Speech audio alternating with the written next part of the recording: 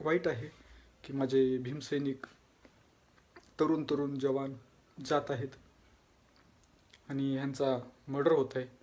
जसं गेल्या 1 महिन्यामध्ये मर्डर, किडनॅपिंग आणि गनचा वापर, अवैधरित्या गन वापरतात बरेच जण लायसन नसताना, हे सगळ्या गोष्टी राज्यामध्ये वाढत आहेत.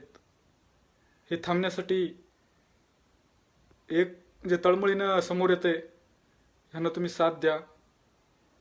आणि मला ह्या सगळ्या गोष्टीच्या माहिती आहे म्हणून मी बोलत आहे. मी स्वतः परीक्षा दिलेल्या आहेत, त्यामुळे मला हे कायदा, ही यंत्रणा, सर्वशिष्ट माहिती आहे. खूप कमी माझं वय कमी जरी असलं तरी मला आहे सगळं सिस्टमचा अनुभव आहे. त्यामुळे मी सांगतो की MCR न देता हा डायरेक्ट PCR द्यायची काय गरज काय होती? एवढे सगळे तरुण होते ना. MCR मध्ये तुम्ही आतमध्ये टाकू शकला असता.